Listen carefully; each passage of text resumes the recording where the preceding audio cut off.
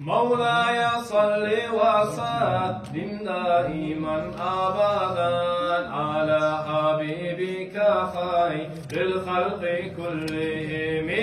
مولاي صل وسلم دائما أبدا على حبيبك خير الخلق كلهم İnsan toktatamam zamanlar gidip bara etken ters işlerine elini oylaşıp kara aşağı içini unut tobuklan tavbağa tuş namaz kıl oraza tut hacga barmayıp umut aburla atananı taza saklasanını dünya malgaya boşup yazık etme canını haram aşını aşatıp verme yaşlarına arada til yürütüp bala alma başına konşularına bolgan yakşı işini gülleme Allah'ın dervişleri sakatlağa kuleme kurt bulan komurtskanı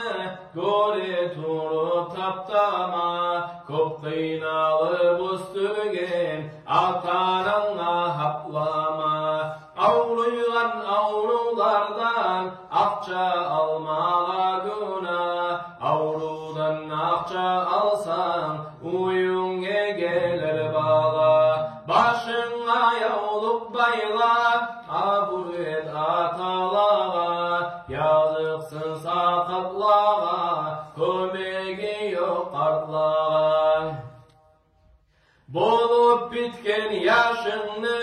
kurt Allah'tan kaydırma til etip heydin kardeş süngerlerini ayırma esirip içip gelip sen ananı yılatma yalan çıkar burnundan bir onu de Allah'ma ne kıyılıp bolsa da halkından ayrılma uğrunu artık uğru halkını kıyının alma seruden ayrılıp kalma kız ağayini olesiz tas etmeyiz yolun bu surman dinni imanın olan orlen kökleni batıcına unutma ananla yes cennetni açıcına safarga çıkağanna eskelip çık Allah'ını yürekte Allah bulan görmeyeceksin bağlahını yer çıksın yağmur yağsın gezerilik meçakta rahatentke akçaguna neygir verirsin halktan haramla uğrunca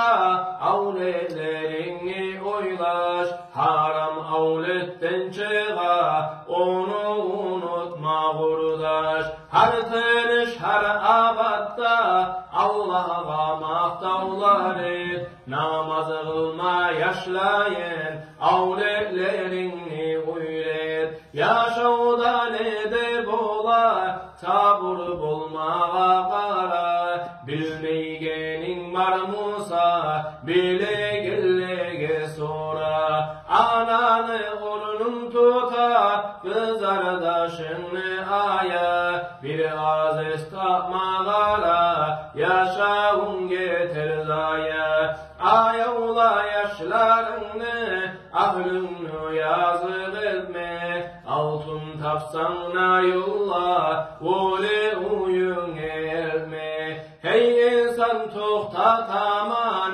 zamanlar getip para etken ters işlerine derin oylaşıp kara neçe debek algasap sağa da gelir karnıp haliden ez tapmasan artta bularsan yazık kim söyse olur Resulullah kıyamet günü şafak